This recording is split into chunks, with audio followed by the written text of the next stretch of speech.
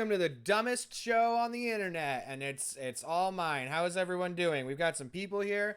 Derek's waving as if he's on camera, yet he's not, and that is so adorable to me, and I love it. No, you don't have to.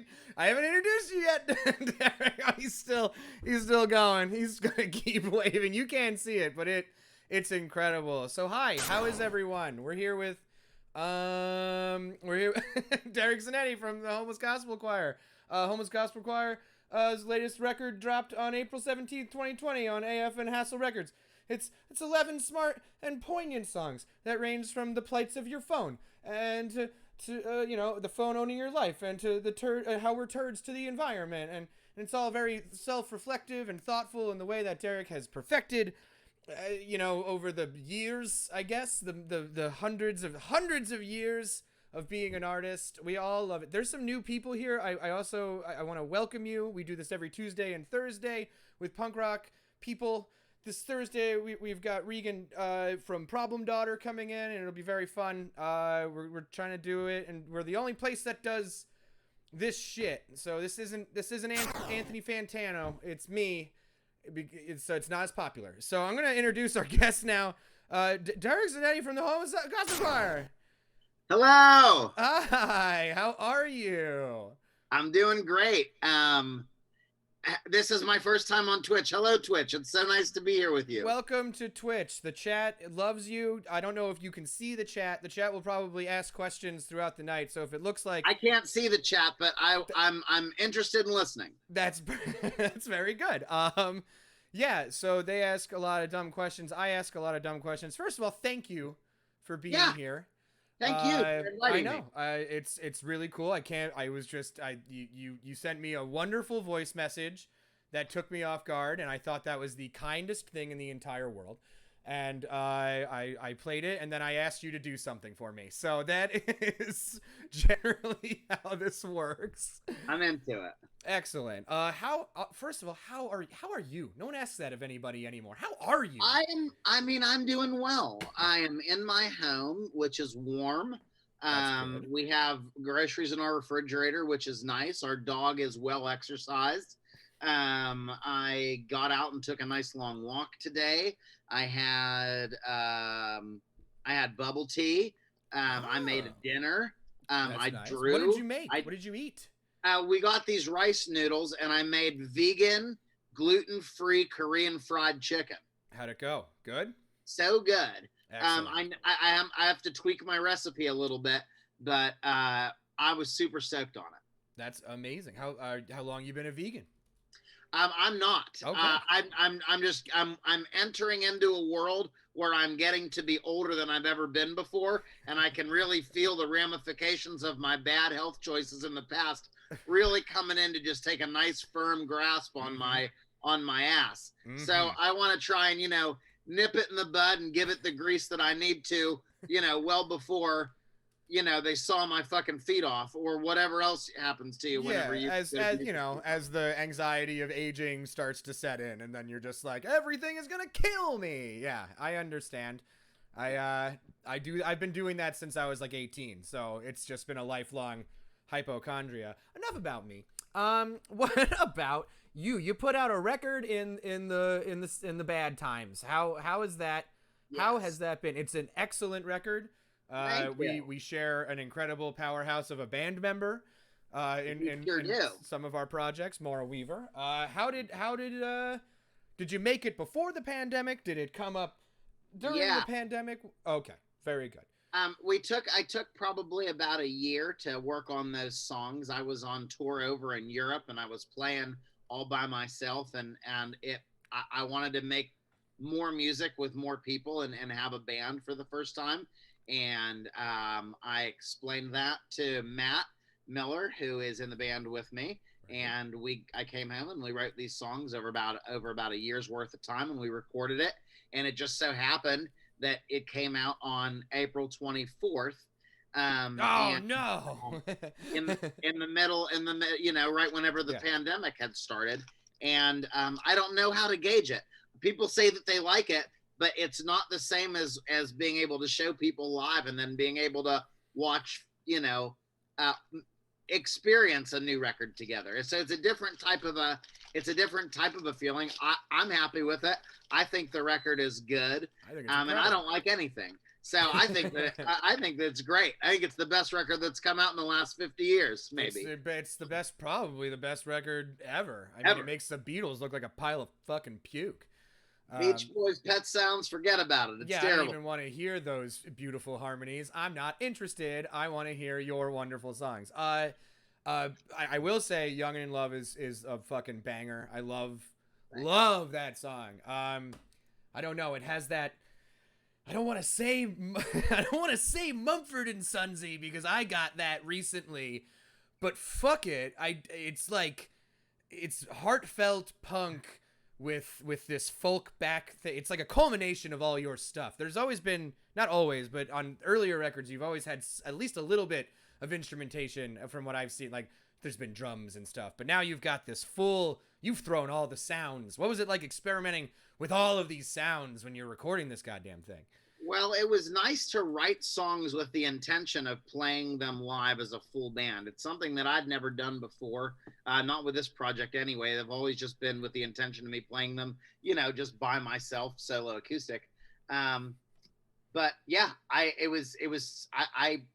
was great. I loved it. I really enjoyed the whole process and recording it with Chris too from Anti-Flag. He reproduced it and recorded it, and Matt and I wrote it, and Megan came in and she recorded bass on it, and we had some of our other friends on there too. Maura didn't actually record on the record, which is unfortunate, but she's in the band nonetheless. Yeah, absolutely. Yeah, it's I didn't know that Chris number 2 was the producer. That guy's got a love for making things good, a care that most people don't have anymore. That's what makes that band so authentic and wonderful. Is that he did my first 2 records on AF2. I Used to Be So Young and Normal. He produced both of those as well. Why? He's just the greatest to just toss ideas off of. But this is the first time that I kind of had the songs on, that Chris's whenever we were doing it in the studio, his role was more recording the record, because it was pretty much well written by the time we had gotten in there. Nice. Did you do it in their studio, the one that's on the side of that road? Yes, that's nice. Where I've recorded all my records. Yeah. Oh, excellent. Awesome. Yeah. Well, it's changed. It used to be over in like the storage area on the other side, which was super budget.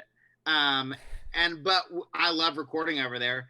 And then the most recent record we did in the new space, which is great, which is like where Chris Stowe's office is. Oh, very good. He has an office now, not just like that underground lair. Well, that's the office. Yes, the office is the lair. It doubles over office lair. It's a double. It's a multi-purpose room. He seems pretty Larry. Yeah, Larry is my new term for him. That's fun. Yeah, I miss that guy. How long have you been with the AF team? I'm fairly new They put out my first record in 2014. Damn, excellent. And you've been a big name on that. I've always associated Anti-Flag and then you underneath it. You've done so much work with them. It's so amazing, and you've gotten to do some crazy shit. Touring the World Frank Turner bus tour. You were on a bus. How is the bus? How was the bus? It's if you can just imagine the best case scenario every day on tour, that's usually, rigorous and stressful. You just, you wake up in a city already parked at the venue, so you can just go ahead in there and go to the bathroom if you need to. There's showers, the whole bit. There's food that's prepared for you for a catering staff every day, which was super sick on that tour.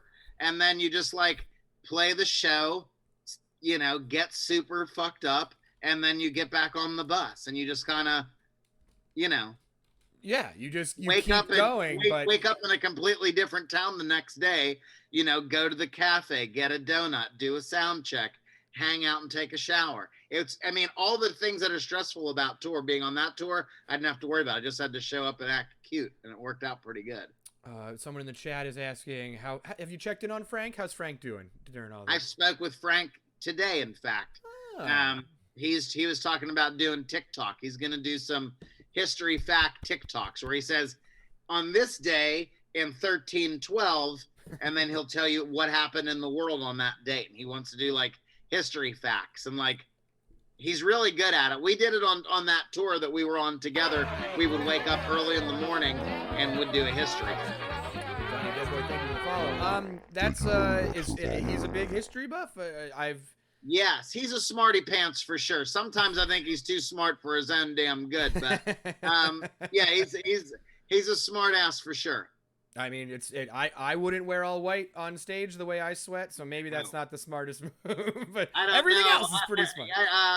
All white doesn't look good on my plush chubby frame. It wouldn't be very inviting. I wear the same black T-shirt because it squeezes and it pulls. I'm a squeezer and a puller when it comes to what I need on that. So we have a bunch of dumb, really superficial questions that I pretty much ask everybody. They have to do with pooping and just, again, I watch a lot of interviews with bands, and everyone's always trying to crack like the next big egg question where it's like, what did you mean when you said this? And I being asked that before, it's a lot. It's like a tough question to answer. It's tough to be put on the spot.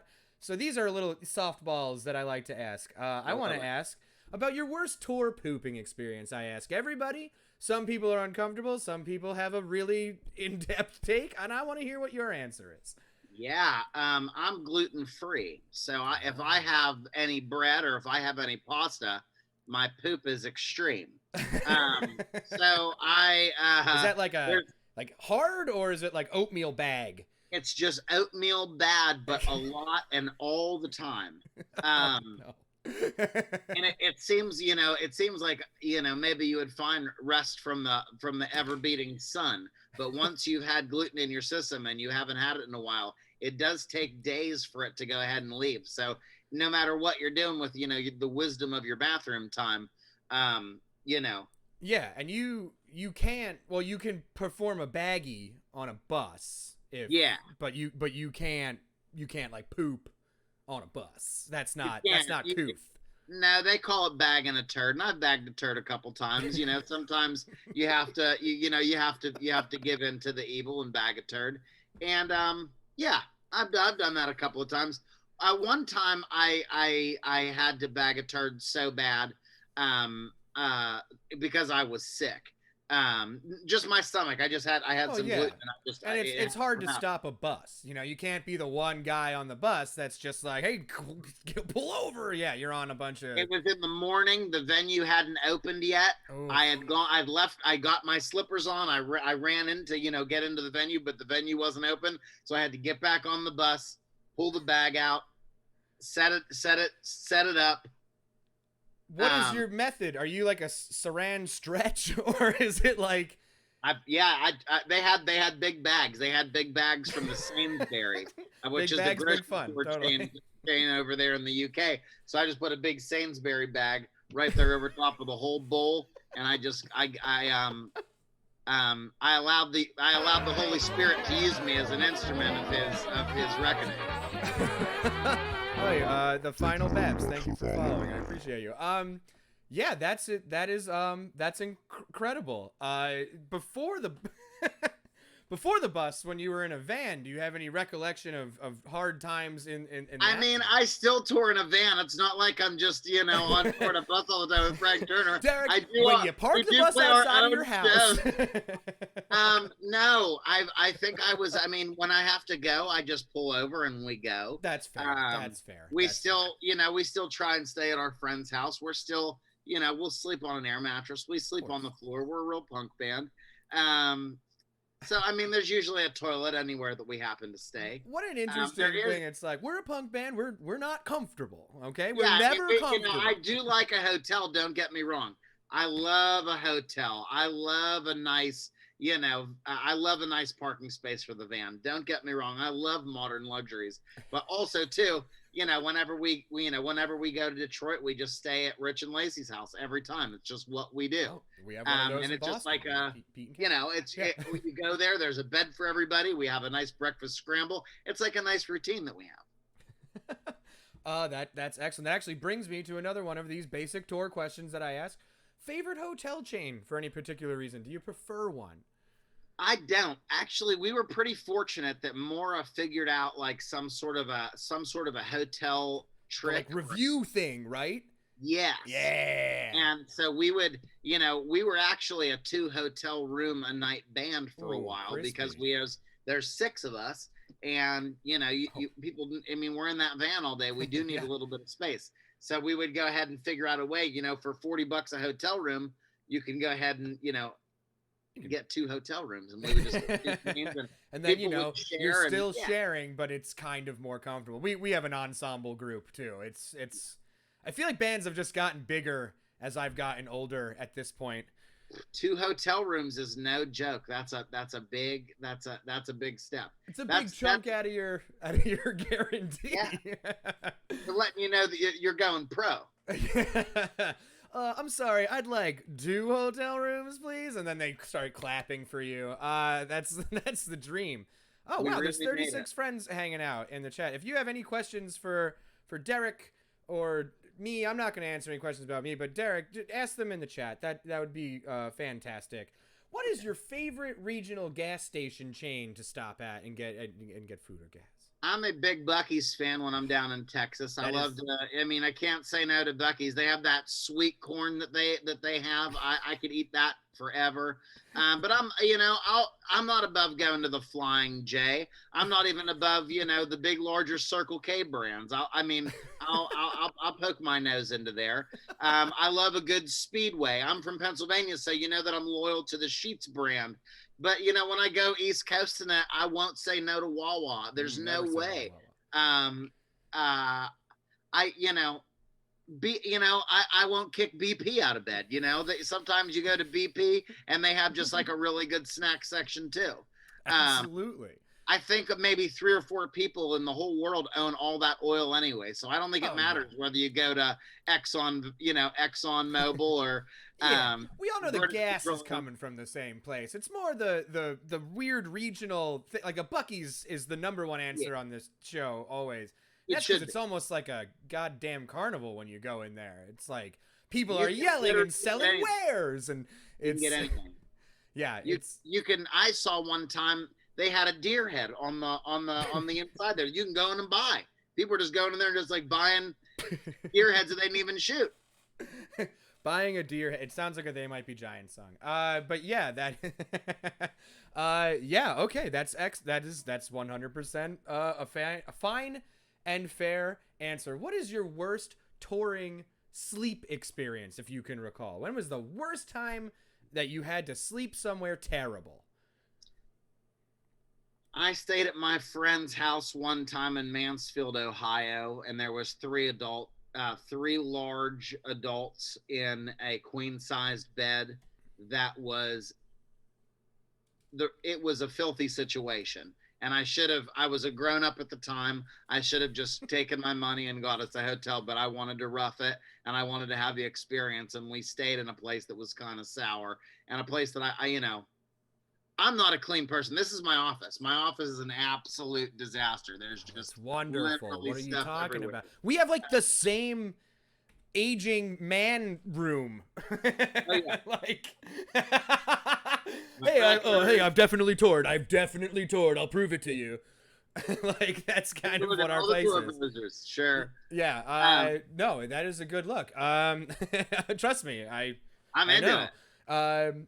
Okay, that's super fair. So it was out of more of a pride kind of a thing. That's been a lot of mine But I too, mean, where we it's like, stayed. no, We no, no, stayed in this other is people. good. Like we got to San Jose on the last tour, and we were supposed to stay at Megan's friend's house that I didn't even know at the time. But I just got there, and I just had like a super bad mental health day, and I couldn't do it. I couldn't bring myself to like dragging my blanket and pillow into somebody else's house, so I just like stayed in the van.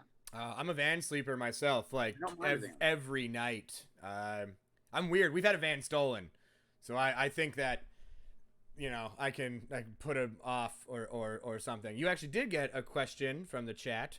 Yes. And I think you should answer it because I want to hear your answer. This is the first I've heard of the Homeless Gospel Car. Which song should I listen to first? Where should they Listen start? to what song should you listen to first? you should listen to this. Anything off of This Land Is Your Landfill, but I would say maybe Blind Faith or Social Real Estate or Lest We Forget. One of Or those three. maybe. I'd give you those three. Oh yeah, you can listen to Normal You too. can check out Normal. There's a music video for that. Welcome to the Music Video Lounge. If you go to www.theinternet.com, you can look at all the videos that are up. I've got a link in the chat. There you go. For everybody, it's to your Bandcamp. Check out this record. I love this music video. I was actually really torn between which music video I wanted to put in the Music Video Lounge this day. Because, again, Young and in Love is one of my favorite styles of video, where it's like a very simple and cheap idea that gets executed and looks unbelievable. But this one is so fun. Thank you very much for hosting my channel. Thanks for the You're a host. really good person.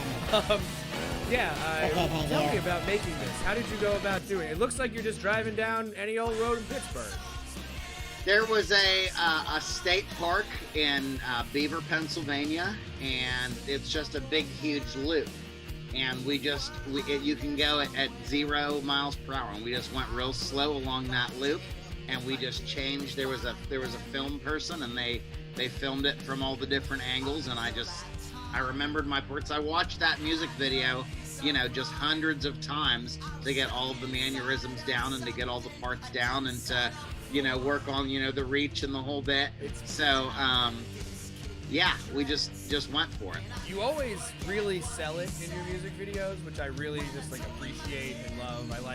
I'm a theater nerd, so you've got this. Yeah, I mean, come on, we're looking at it right now. There's so much selling going on. I absolutely adore it. I'm a big fan of a display. I love a show. Yep. I love musicals. Oh. I love a big ba-da-ba. I'm a big, huge fan of it. And if you're gonna go through all the trouble of making a music video, I mean, at least pretend like you mean it. Ted FX is answering, when did you make the Don't Compare music video? The Don't Compare music video was shot in December of 2019, right before the record came out. And that was shot in our Airbnb. That's excellent. I don't have that one, so now I can't pull it up and show, but I'm going to take your word for it. Yeah, excellent. Like I said, keep the questions coming in the chat if you've got them. You call this new record art punk, and I like that a lot. I feel like that and indie punk are the two things that are kind of going around with this new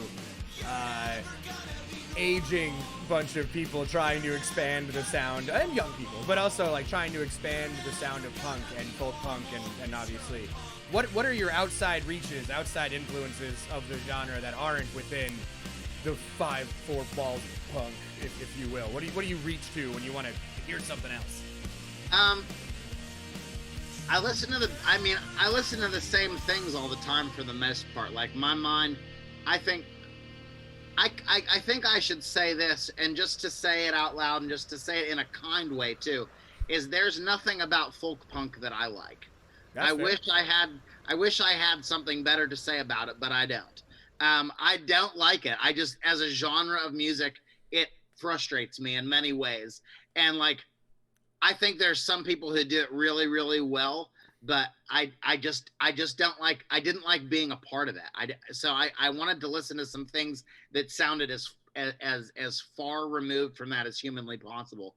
So I was listening to I like a bunch of the Pixies. Very good. They Might Be Giants. It's one of my favorites. Obviously. As well. I love the best that band ever. Yeah. Oh God, I have so many questions about that. But keep going. I love the Dead Milkmen and the Beatles and the Beach Boys. I love hip hop music. I mean, I listen to hip hop music probably more than anything else. Is probably the genre of music that I spend the most amount of time listening to. You wouldn't be the first folk punk person to say that too, which is so interesting to me. Where it's like when we had dollar signs on the show, they said the exact same thing. Where it's Yeah. But I also think that it's very story driven and very honest and very cool.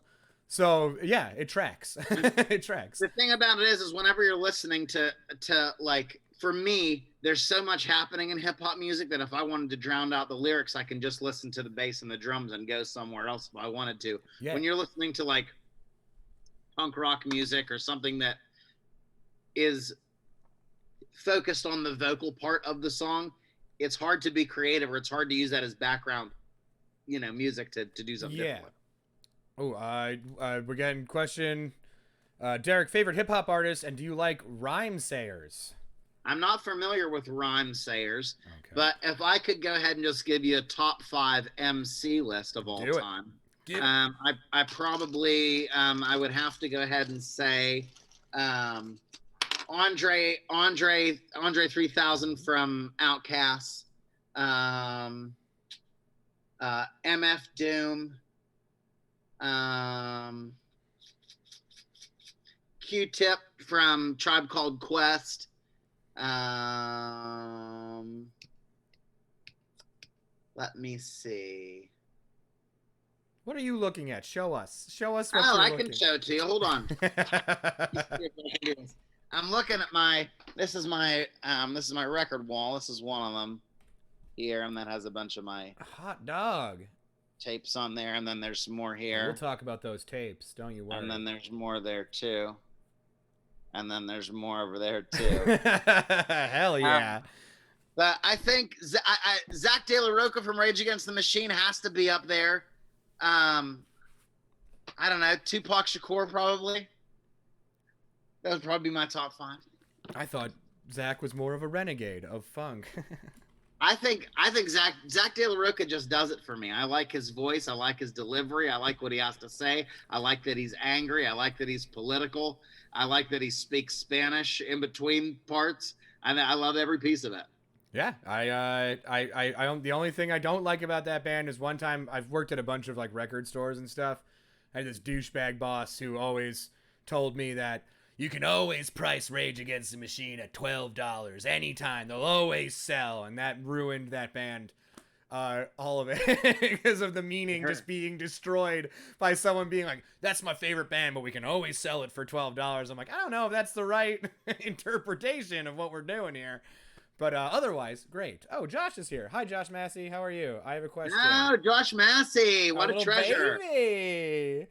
Today was a beautiful sunny day in Pittsburgh. How did you feel and what did you do? Josh, you probably should have came at the beginning, but I'm gonna let Derek answer it again for you. I took a nice long walk, Massey. I went all the way around Squirrel Hill. I went grocery shopping at the Super Panda grocery shop up there on Forbes Avenue. Walked all the way back down around to Phillips where the car was parked. Came back home. I had a poetry class today from 11 to around 12:30, and I had a Zoom call meeting with Andrew, who's working on editing some of my writing parts. So that was my full day today. And then I came home, I cooked this dinner, Lindsay and I had it, and then here I am with Devon Kay. Hi. And Josh is now asking tell us about your ramen bar and your favorite order from ramen bar. Oh, favorite ramen bar order. It was ramen bar from Squirrel Hill on Forbes, and I always get the Tan Men with extra egg. I'll usually get Tan Men substitute rice noodles because of my gluten intolerance, and then I'll add egg to it. And sometimes, Massey, I'll add 2 or 3 eggs. I won't stop with just one. There's no wrong answer to eggs. Eggs is like the one thing that keeps me from being vegan. You can't take away the chicken's fruit. That's ridiculous. It's the greatest thing. It's the fruits of the loin. It's the fruits of the Have you Yes, I am wearing jorts. It was 40 degrees in Chicago, okay? It's like summer to us here. Okay, you've toured with Josh then, right? Massey, many times. Oh, yeah, we're good buds. Josh is one of my favorite people to go on walks and excursions with. Yes. You got any memories? Oh no. You got any memories? Massey? Oh yeah. Yeah, I'll tell you. I'll give you a Josh Massey give me story. A Josh Massey. I actually was mad at Josh Massey one time because he got drunk one night when we were at Punk Rock Bowling in Las Vegas, and he didn't come back to the room for bus call, and we were searching for Josh Massey, and he had passed out. I think he was out drinking whiskey with Frank Turner, if I'm not mistaken. If I'm telling that tale right. And I told Mark Code from the Code, because he was the one that was driving us back. We were driving. Yeah. We were driving from Vegas to Pittsburgh. I don't know if you have a map, but that's far. I've seen a map, yeah. and that's pretty fun. They were waiting for Massey, and I was like, listen, we might have to leave Massey. If I have to buy, whatever we got to do, we might have to just, this much is, we might have to leave Massey. I don't know where he is. He's not answering his phone. His phone had died. That's amazing, because I've never had like a... Josh was the most responsible person when he TM'd. He always is. Josh Massey is the best. There's not even a close. He's the absolute best. And Josh plays in one of my favorite, he plays in White Wise, which is like my favorite Pittsburgh band of all time.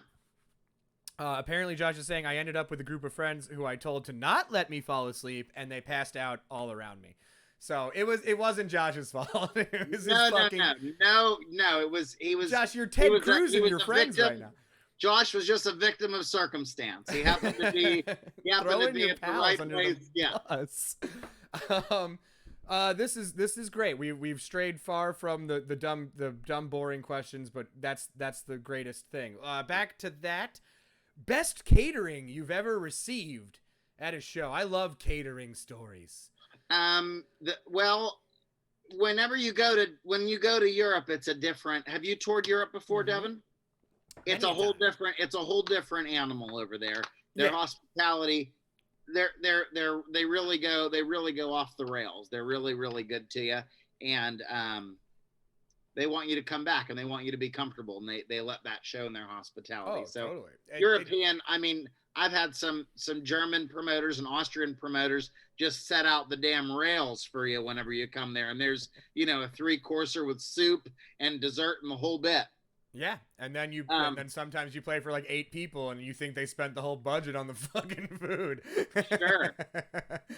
It's in the U.S., I think the Sinclair in Boston might have my heart as far as band relations and an independent venue that does it really, really well. I love the Sinclair in Boston. Me too. Very, very. Yep. Oh, Pete from Boston is here, and he knows the Sinclair. We lived together in Boston. What's your least favorite state? Least favorite state? What state do you just fucking hate? I don't want to say. You gotta say. North Dakota is mine. I love North Dakota. Okay. I don't like Florida. That's solid. Hate's a strong word. But everybody's saying, "Oh, you can't talk shit on Florida. You're doing the world a disservice by saying bad things about Florida." It's fine. There's nothing there for me. There's nothing there that enriches my life, that builds my character. There's nothing there that adds a jewel in the crown of my heavenly garment. I feel when I'm there like I want to do murders. I feel like the worst version of myself. I don't find any good in my neighbor. I don't want to cut anybody a break. I feel like you're on the most tense tightrope ever, and everyone's just making fun of you and waiting for you to fall in a big, huge swimming pool filled with hot mayonnaise and cat hair. If there's nothing I can imagine, it makes me feel the worst. I feel like I'm always under attack. I feel like there's no options. I feel like money doesn't matter. I feel like everybody's using styrofoam. I feel like everyone's just breathing in the CFCs from air conditioning, and it's done something to their reason. I don't like Florida. Well, no shit. That ruled. That was a quick turn. I liked that. I don't really want to get into it. Now here's every thought I've ever had about this place. That's the best. If you want to, and I'm not saying this to throw any judgment to anybody, but if you really want to just be an absolute wanker and you can't afford to get to Alaska, Florida's your deal. You heard it here. You know that there's enough room in Alaska that you can be an asshole up there, and like you don't have to see your neighbors. You don't have to even you can just be out there completely on your own. But if you can't afford to make it to Alaska, I don't know. I've just had some terrible experiences in Florida. No shit. That is excellent. I'm gonna break up the questions really quick. We got a bunch of people hanging out. I'm gonna do the game show really quick. Okay. We're gonna do. It's called. Well, you just listen to the theme song. Here we go. All I wanna know is a Derek or spaghetti. All I wanna know is a Derek or spaghetti. It's a play on their last name, being Zanetti. All I wanna know is a Derek or spaghetti. Derek or spaghetti. Derek or spaghetti, what up? We're at Mr. Smalls in Pittsburgh right now, hanging out. They're not using it right now. So I'm gonna show you an image here. Okay. And this I'm gonna show you a distorted image, and you have to decide if it's you or some form of spaghetti. Normally, the game is like, I just take a band's name and break it up, and then you know. But I just was like, I didn't want to do, is this a homeless person or a gospel choir? I feel like that just wouldn't have been as fun of a game. So I found your last name, and it rhymes with spaghetti. You get it. So question number 1. There's 12 questions. I'm gonna smoke some weed before we get into You this. can smoke on this stream. You are that is totally welcome here. There are no. I want to get in the right. You know, I want get to in make that headspace. Really feel it. I want you to give out long, drawn-out answers of why you think it's one or the other. There's a lot of depth to this game. So first, I have to guess if this is a plate of spaghetti or a picture of me. Yes, that's right. When you say it, it makes me feel like it's a bad idea. But No, this is great. I think that this is a picture of me. the chat agrees with you. It is you. That's you. I love that flower. I love that flower pattern. Oh, that's a great shirt, by the way. I love that. You know when a person really likes an article of clothing? When they, like, rep it all the time? A pair of shoes I wear in, like, every time I want to feel good about myself. Derek or spaghetti? What is it? What is that? Is it? I want to say that is spaghetti. You'd be right. That's just a plain old fucking bowl of spaghetti. I love it. All right, you're 2 for 2. Question number 3, is that Derek or spaghetti? I'm going to say I like how postmodern it's making me feel. I'll say that's a picture of me. That's a bowl of spaghetti. Oh. Yeah, that's just a guy eating some fucking hanging out in his tank top, eating spaghetti. He's never been happier in his life. Derek or spaghetti? I'm gonna go with me again. I'm gonna try and keep the coin on the one side of it. What? Why you? What makes you? A lot of people think they're gonna figure out my algorithm or some shit here. What is it? Why is that you? Why is that? I don't know. I think I like the color green. I like to be around things that are green. Sometimes whenever I'm alone and I start to feel feelings that are unfamiliar, I just like to spell the word green over and over just to bring me comfort. And I think maybe that this might be a green picture. And you would be correct. That's you. There's not even that much green in there. No, that's just my Photoshop filters that I clicked. The generic ones. Excellent. Okay, only missed one. Pretty good. Derek or spaghetti? Spaghetti. Spaghetti. Spaghetti. I thought it was just one of the guy's kids. Okay, it's actually you. That's you. Oh, yeah. And that's from Boston. That was a show that we played at Great Scott, which is another great Boston venue. Rest in peace, indeed. Oh my gosh, I miss it. I lived a block from that place a long time ago. Derek or spaghetti? What are you feeling? What are you thinking? Spaghetti. You going to it? You'd be right. Yeah, that's spaghetti. That's a big That's old... the heck of a meatball. That's a big old meatball. Yeah, my Google search right now is so confused with what I'm looking for out of life.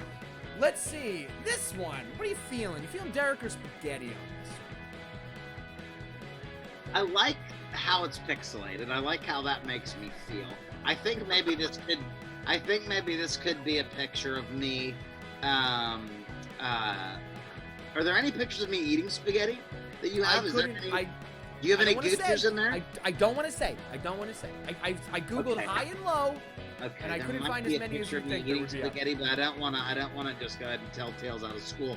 Okay, this is just me. This is just a picture of me. I'm happy in this picture. I'm sorry. I like the idea of you telling me what you're doing in it too. It takes it to a whole different level. It's This is amazing. me being happy. That's actually a puppet eating spaghetti. That's just Damn a it. puppet having a fucking munch fest on some spaghetti. Missed it. It's okay. It's okay. Most people do bad because this game doesn't make sense. Derek or spaghetti?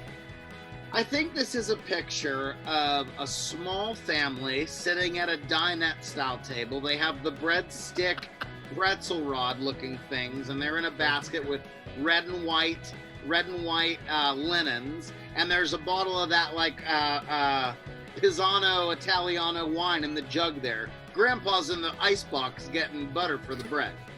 It's like a Warren Zevon song. All right. So your guess is spaghetti? Spaghetti.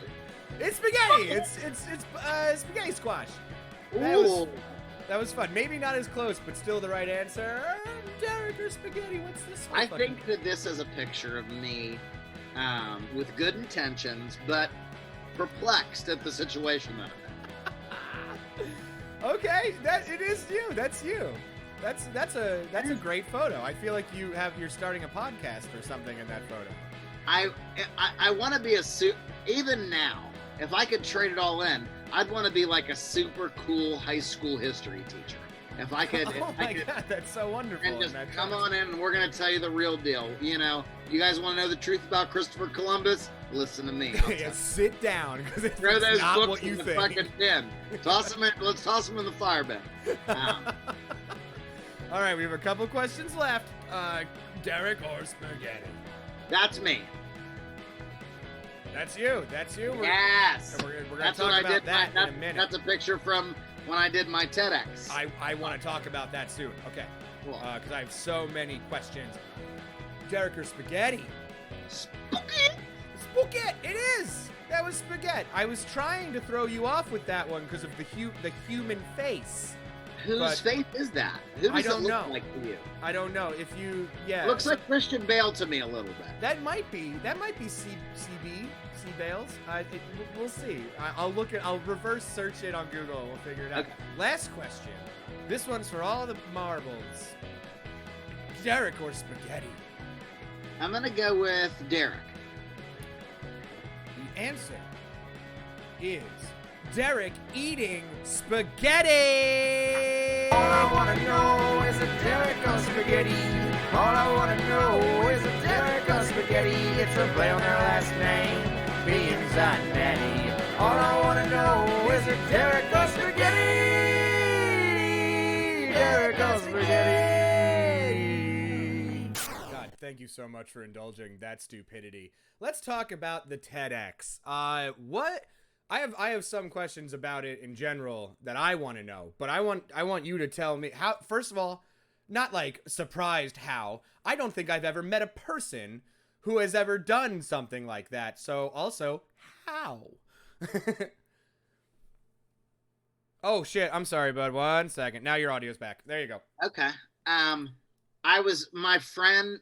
I know the person who puts on. It's the person that puts on the Pittsburgh TEDx. I've known for quite some time, and they've asked me to engage in it in the past, but I've been unavailable because I've been on tour usually in the May-June area of the year. So this is the first year. It was the first year that I was home to do it, and I was free, and they needed a special musical person, and I got to be that special musical person. It was so good. I watched it and I was taken aback. You handled it as the way a person who does those things should, like a real NPR fan, like a real person who fucking just you told me I felt something. I felt like I was listening to the Moth Radio Hour for a minute. I listen to a lot of NPR, no cap. I listen to it. I love it so much. Me too. Are you a Wait Don't Tell Me fan? Oh, big time. Every Sunday.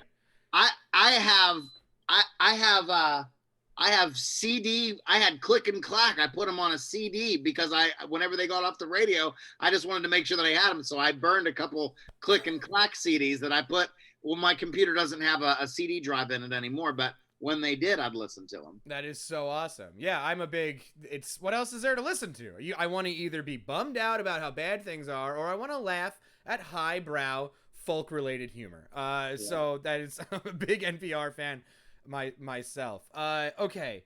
What was it like? Who else spoke your day? Who else did what smart person was walking about? There was a whole bunch. There was a whole bunch of smart people that were doing it. I didn't participate in any of the pre-game or post-game anything. I showed up, I played my song, I hung out for about an hour, and then I left. That was it? You just got out? What was the reason? You didn't want to see like a guy who invented pants or something? There were people there who were doing it. I don't know why I didn't want to stay. I just didn't. I was That's like, fair. when do you want me to be there? And they're like, here's when you got to do it. I said, cool. And I mean, I was there a little bit before and a little bit after, but I mean, I wasn't there for the whole shebang. What was the catering like there? What was the food like? Well, they had a bunch of just like snick snacks in the back. I think we had Lindsay and I. There was a place downtown that we would go to eat. I think we ate before or after. I don't remember. Very good. Did you get any swag? We got a question if you got any swag. No, I didn't get any swag. Unbelievable. I thought there was going to be so many more little nuggets coming out of the TEDx thing. Like, no, we didn't it was take, a like, real the fast. X from the TEDx It was stage. a very fast thing. I was there for a little bit and then I was gone. I was just like a breeze. Like a fart on a windy night. It was just out. They did have. There's a woman who she paints on top of sugar cookies. Her name's Jasmine, and she's absolutely amazing. And she did this whole series where she was painting other Asian celebrities, American influential Asian Americans, and she would paint their faces on these cookies. And it was like, and she spoke there, and everybody got their face on a cookie. But because I didn't show up to any of the rehearsals, I didn't get my face on a cookie, which is all I really wanted. I didn't even want to eat it. I just wanted to take a picture of it. Put it on a t-shirt or something. That's one of those pieces of swag that's like, oh, I don't know what to do with this. First of all, I love cookies, but on the other end, this is art.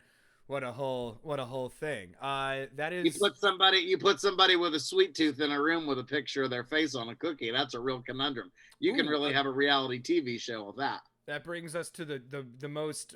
We have this whole show has a bunch of people that watch a lot of the time and hang out in our Discord and stuff, and they like to ask a lot of the same questions every time. And one of them is cake or pie. Are you a cake or a pie person? What do you prefer? I'm a pie person. I'm 100% a pie person. What's your favorite pie? What do you like? I like a pecan pie. I like a Dutch apple. I love like a strawberry pie in the spring. Oh, very good. You like the okay, we got a team pie. There's I don't know if they're keeping track, but they're excited. Solidarity, team pie. Yeah. I mean, I also listen. If you invite me to your birthday and you have a piece of cake, I'm not going to kick you out of bed either. You know what I mean? I'll eat the cake at your birthday. You kidding? But if there's a pie, then you're getting a better gift, kind of a thing. I mean, I like pumpkin pie. I like lemon meringue. I'll take a key lime. I like a nice berry pie, cherry, blueberry, boysenberry. I love it all. I don't like rhubarb. I won't fuck with that. If you're like, oh, can I put rhubarb in a pie? No thanks, yeah, Kiki. Keep your branches elsewhere, okay? This is a pie party, not a tree. Okay, sick. Let's see. What else? What other crap? Have you ever played a corporate show? Have you ever played like a shitty corporate show that's weird? Is that a thing that you've ever had to do? Yes. Can I hear about it? I've played some things that I've done. Well, yeah. You don't have to say the name of the place, obviously. But yeah. No, I mean, sometimes you play things that are fancy and that you have to do things that I wouldn't have done on my own. Mm-hmm. Like, for example, I played the PlayStation Arena in Manhattan. Oh, I played there. Yeah. And they take like 20% of your souvenirs. And I didn't want to do that. I don't like to pay it. I don't like to pay any percent. If given the opportunity to skate out of there, I do. Yeah, well, that I don't like paying the venue for apparently giving me a space to have a shop when I work the shop and no one else does any work. Either way, you understand that. For those who don't know, sometimes venues charge you for selling items in their venue, and it's dog shit. Yeah.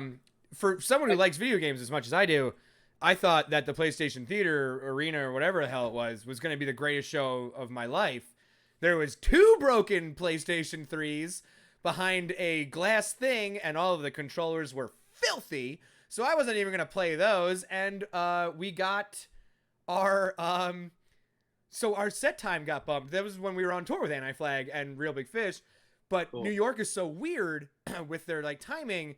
The only option would either be to cut Real Big Fish, who was the headliner, by a half hour, or push Direct Hit Up to the moment doors open. And so they did, and it was also the deadest room. I don't know if you remember, the deadest room I've ever played. There was no reverb. There was nothing bouncing back or anything. It was just a horrible. And then I got yelled at by a bunch of Teamsters. Playing at doors sucks. Playing at doors is the worst. I don't mind playing first, but playing to whenever there's people who are just like trying to get in, it's super chaotic. It sucks. And it's a lot of, you know, I tried to be thankful at the time, but I wasn't thankful. Sure. You're basically like elevator music at that point. People don't even, when you first walk into a room of a venue, it's just like your mouth is agape, you're slack jawed, and just there's a bunch of noise. And then they just walk back out and look at merch. It was really gross. I didn't like it. Oh, another fan Discord question is always your favorite bird. What's your favorite bird? That's such a wonderful question. Thank you for asking it. I think it's probably a tie between chicken and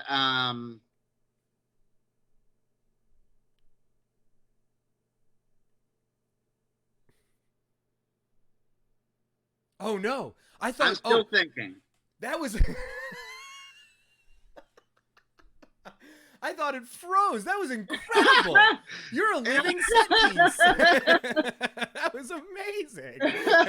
I think it's a tie between a chicken and maybe like a chicken hawk. Either the chicken or the chicken hawk. I'm not sure. Everyone was also completely convinced you froze. That was some high school theater shit. That was beautiful. That was wonderful. We should write a musical. We should write a musical together, Devon Kay. What should we write our musical about? I got a couple ideas. Hat salesman, but he's tired all the time. Just spitballing. Oh, that's great. I was thinking about maybe some fellas who got into some trouble and that are now janitors at the high school that they went to. Ooh, that's good. And it'll be called The Big Sweep. Was that?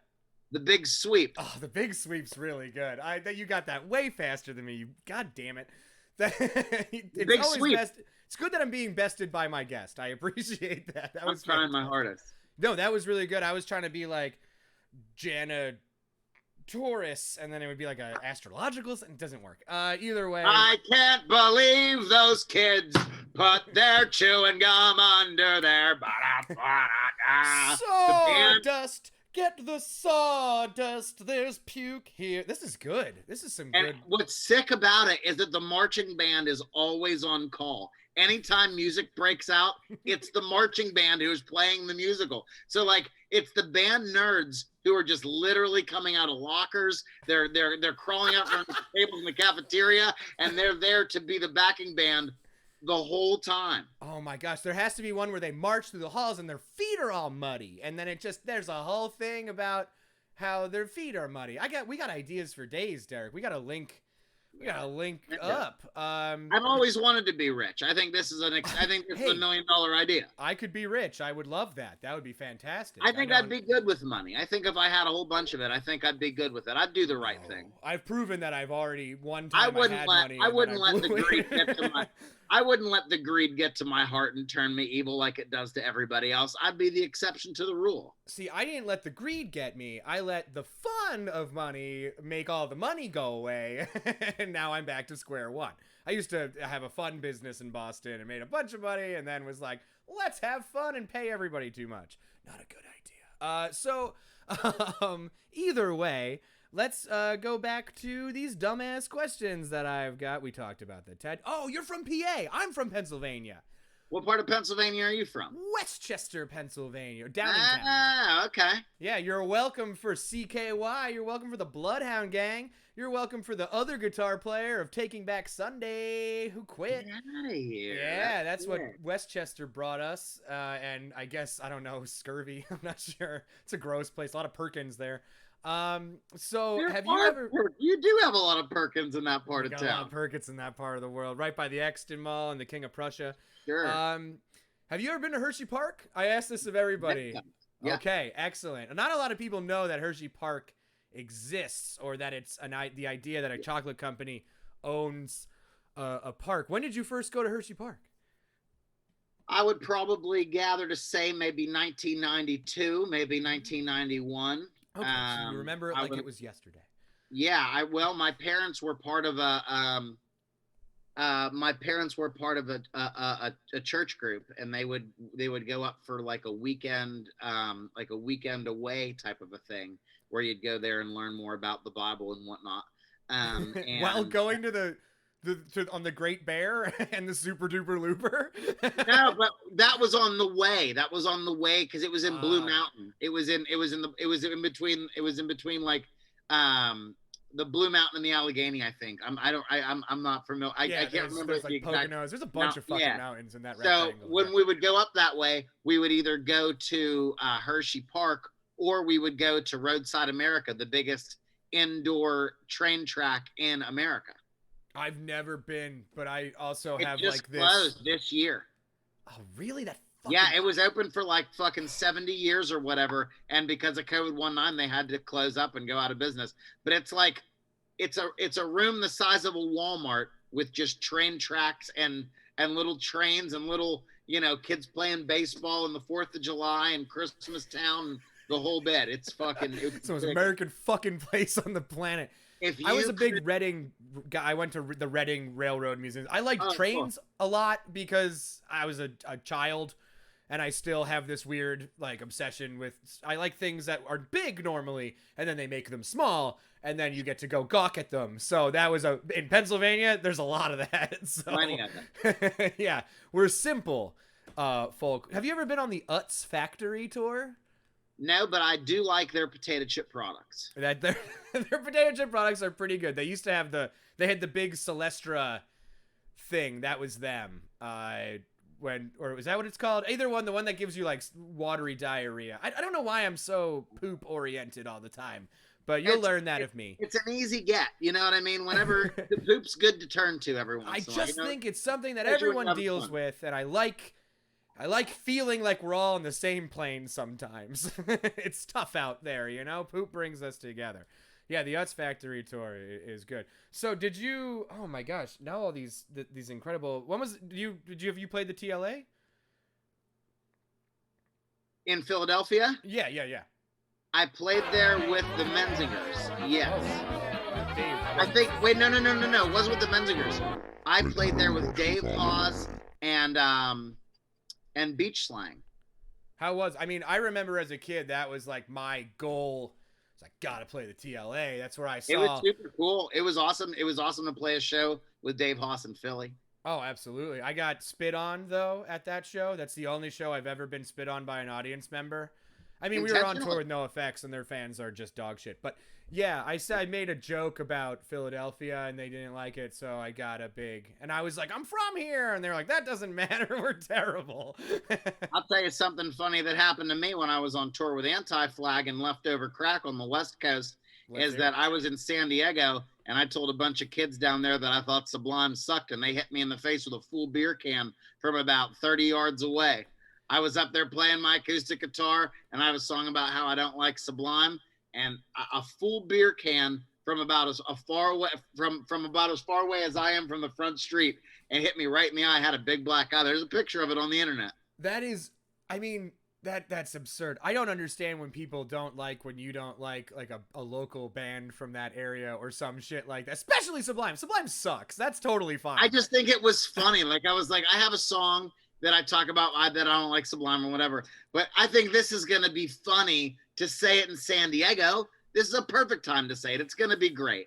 Yeah. And then I do it, and I look up, and as soon as I look up, that beer can just got me right in the eye. How did that feel? I've been pelted a couple times. Some people think it's fun to pelt my band, which really makes me wonder what I'm doing? But yeah, you know, I guess that's punk. Well, how did you remember that how that felt? Did you stop? Did you keep going? How did you handle it? I just ducked my head and I went right back into finishing the song. Like Didn't give him the benefit of the doubt. Pretty flawless. The thing about it that made me feel the best is that Pat, the drummer from Anti-Flag, was like, you took that like a champ. He was so proud of me. He was on the side. He was on side stage, and he was just like, you know, I've seen a lot of people. I've seen a lot of people get hit with things on stage. I've never seen somebody take one like you did and not even flinch and just keep on playing the song. And it made me like, Pat's a soft, tender soul, you know. He's very reserved, very quiet. So like, it's kind of like the unapproving father. Whenever he finally does go ahead and give you the nod of encouragement, I felt like, not that he's disapproving of me, but it was like, it was super reassuring. I loved it. He's a tough dude to read. I like to read people by making them laugh, and I felt like I had a harder time making Anti-Flag laugh than a couple of other bands, because I was kind of intimidated. I was really intimidated by Anti-Flag, because, you know, it's not like they walk off stage and put on, like, you know, funny shirts and go out and just boost about they are what they are. They're the only band I know that is what they is. And so getting Pat to laugh while we saw him one day sitting in his trailer drinking iced tea, because he would put up a folding chair in their trailer after they loaded out, and we just meditate. He goes in there in the dark by himself and he meditates. It's amazing. And we made him laugh, and we were just like poked our heads in and just started like riffing. And he's like one of those people that when you break it, it feels so good. So I know exactly what you mean. He told the craziest story about how after they left whatever major label they were on, that he robbed the label that they were leaving and like just went in and like took a gold record off the wall. Has he ever told you that story? No, but I don't know. Pat's a punk motherfucker, like a true real punk motherfucker. He really lives it and believes it. It's pretty cool. I love If you listen to his interview on their documentary, they have that documentary, the Anti-Flag Beyond Barricades show. Pat will talk about the Great Rock and Roll Swindle, on how they got RCA to give them $1 million to make that record, and how much money RCA lost off the thing. I mean, to hear him tell that story is hilarious. It's a wild thing to imagine what it used to be like back in the fucking day when they would hand out. Didn't like NoFX get like $1 million or $2 million for fucking So Long and Thanks for All the Shoes? Like a record that doesn't sound like $1 million fucking dollars. What an absurd. Those 90s rockers just, I feel like, have such a far away disconnect from what people are going through now. I don't know. And maybe that's why Anti-Flag's so special, is that they don't. Yeah. They are the best. I can't sing high enough praises of AF Records. Like, I love being a part of it. They're the best. Yeah. They're the best record label, in my opinion, period. Having come from a fake record label called Paper and Plastic, we went to AF Records, and they treated us with dignity and respect. And I'm a big clown man, and that it still felt good that they treated me with dignity and respect, even though I'm like, let's have videos with puppets, and I want all my stuff to be, you know, silly and dumb, and they're like, let's do it, like you're good, like it was cool, and they yeah. I don't want to like sit here and gush over how easy of an experience it was, but if you're a band and you sign with AF, you're in good hands.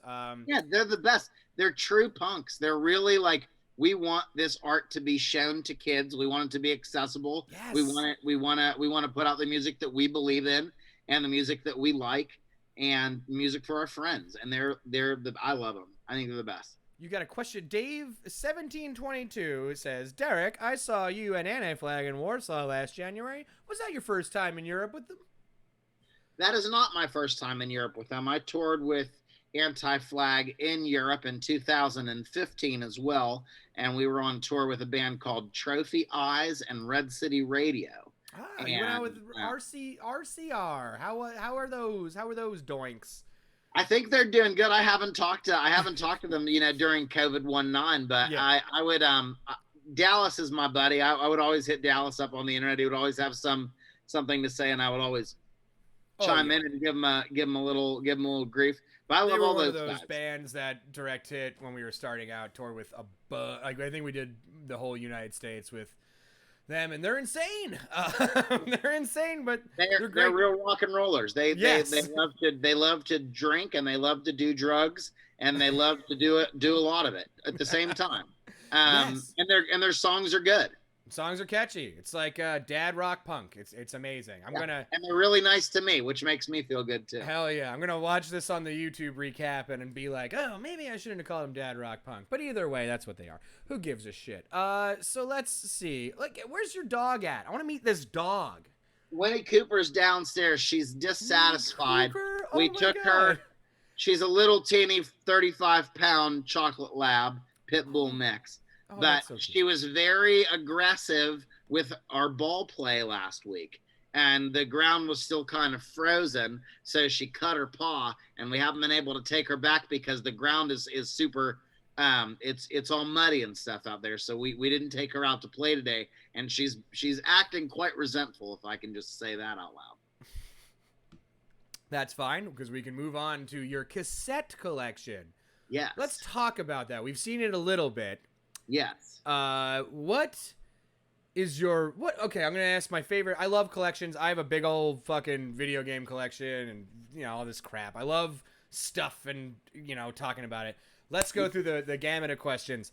What is your most expensive cassette that you would own? What do you think you could resell? And can we see it, or is that going to be a big ol' ask? No, I don't know if I have anything that's I have let me go ahead and take a look. Oh yeah, let's go for a We'll walk. do this together.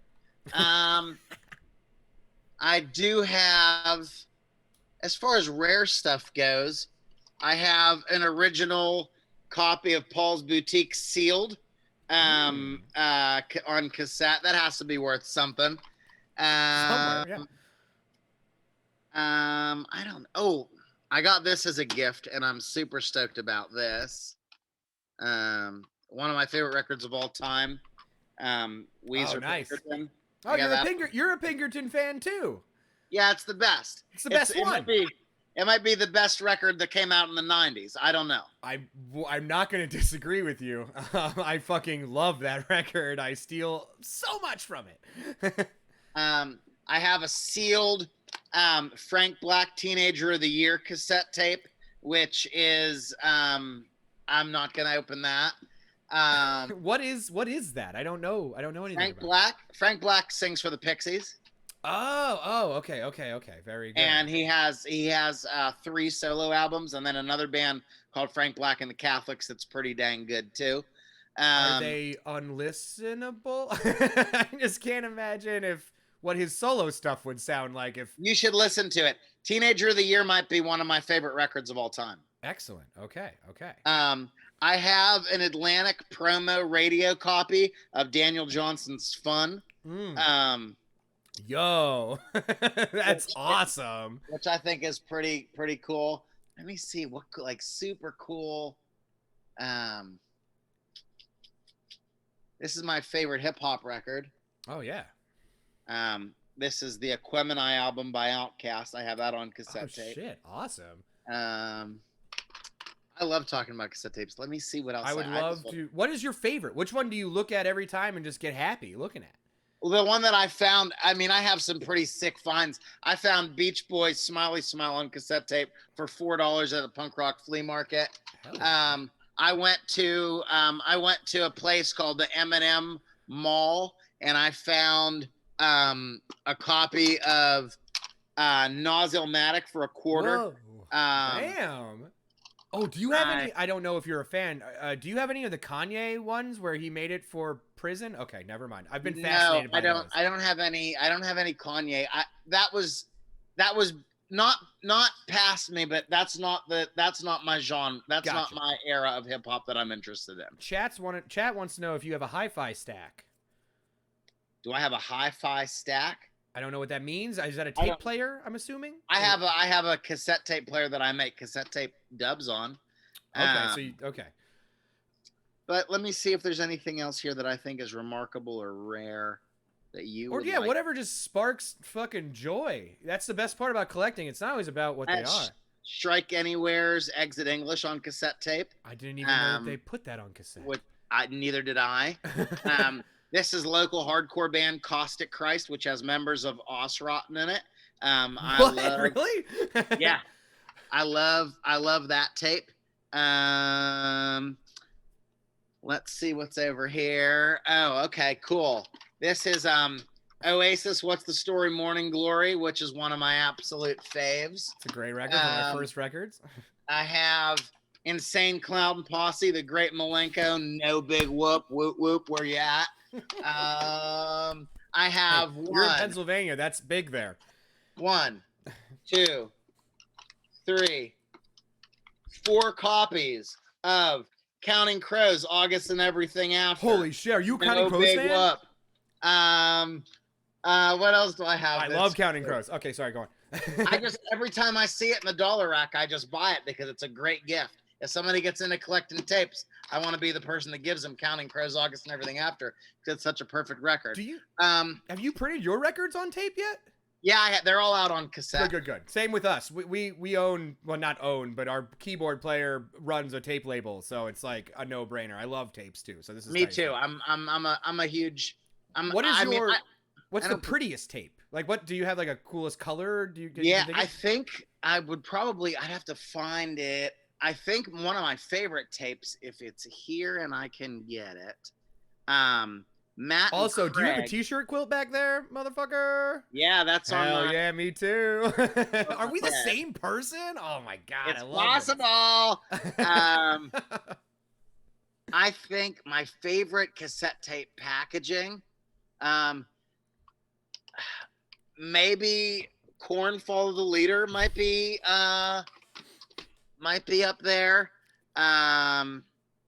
If I can find it, Matt and Craig, who play in the Homeless Gospel Choir, are in another band called Small Pollen, and they made a cassette where they super glued flower petals on the inside of the cassette tape plastic and then glued the thing back together, and it looks that's awesome. They DIY'd them by hand, themselves. That's probably the best part about tapes, is that there's just so many fucking like options still. Like you can do the whole like the whatever. I like the sleeve tapes that came out. I like the fucking dibby doubles and shit. Oh, I just love me. I think there's just it's easier. Vinyl is so heavy, Derek. Oh, yeah. It's so heavy. And this is way better. It's way better when you're on tour. You can just throw a couple cassette tapes in your pocket and then just forget about it. Okay, ready, Devon? On 3. We're going to say the best Lagwagon record. 1, 2, 3. Let's talk about feelings. One bit.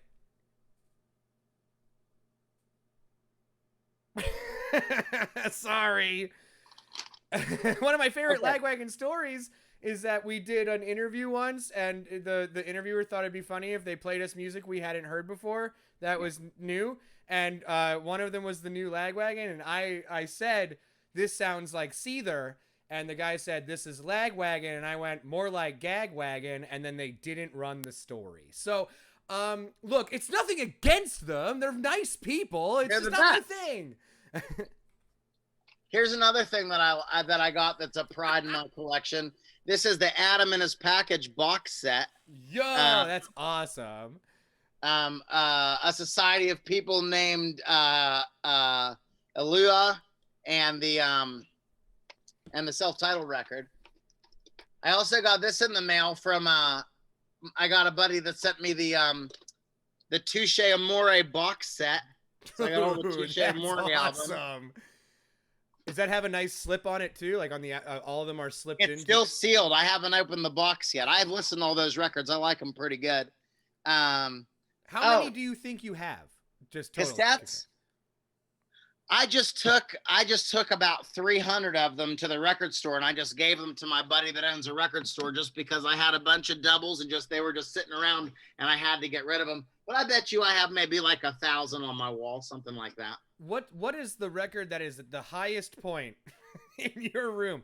What's the highest point record that you can see on cassette? Because those things go up to your ceiling. They are the highest, the one at the highest point.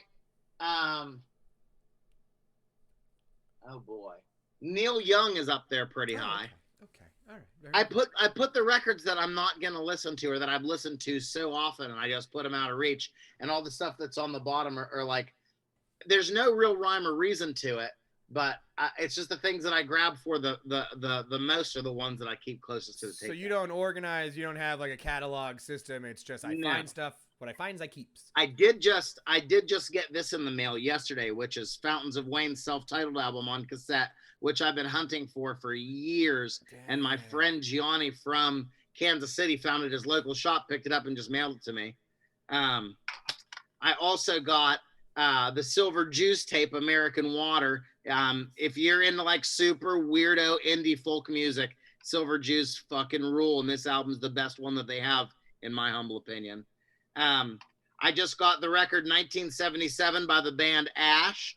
If you don't have this record, you should have it. If you like Weezer Pinkerton era indie alternative rock, you'll like this record. I'm gonna write that down. Everybody write that down. That's tight. Ash, 1977. Homeboy Matt Miller put me on this one. I just every time I go to the flea market or the thrift store or half price books and I see a copy of Jurassic Park soundtrack, I always get it. It's the most soothing soundtrack in the history of the world. You can put it on and just go to sleep and forget about it. The last thing that I want to show you that's just a little treasure, and these are just ones that I got recently, but I ordered this. I got this on the internet. I got it for a good price too. I think I paid $11 for it. But I got Everything Will Be All Right in the End, the Weezer cassette tape, signed by Brian. Whoa. Yeah. Everybody can get Rivers Cuomo to sign their things, but if you can get Brian, the other guitar player, you're really in the money. Yeah, he's usually trying on suits. That was my Brian joke. I don't know. I actually don't fucking hate that record. Honestly, there's nothing. I don't hate anything about Weezer. And really? here, you think that's fine. I'm not here to. They have made it possible to stay relevant as a band for as long as they have, because they've diversified their sound and they've made things unique and fun. And they had the damn Muppets, and they did. I mean, does it bother you that it's like a computer algorithm writing all the songs at this point? That's where I lose my head. No, because it's those. It's not. Though it's not like you're listening to AC/DC. Whenever you know that you listen to AC/DC, it doesn't matter what album you listen to, it all sounds exactly the same. The new Weezer record doesn't even have guitars on it. I know. I listened to a little bit of OK Human. It felt Loved it like a computer wrote it to me. I love it. I love how it makes me feel. I know that the day that came out, I saw you and Mikey Erg both just like gushing over it, so that inspired me to go check it out.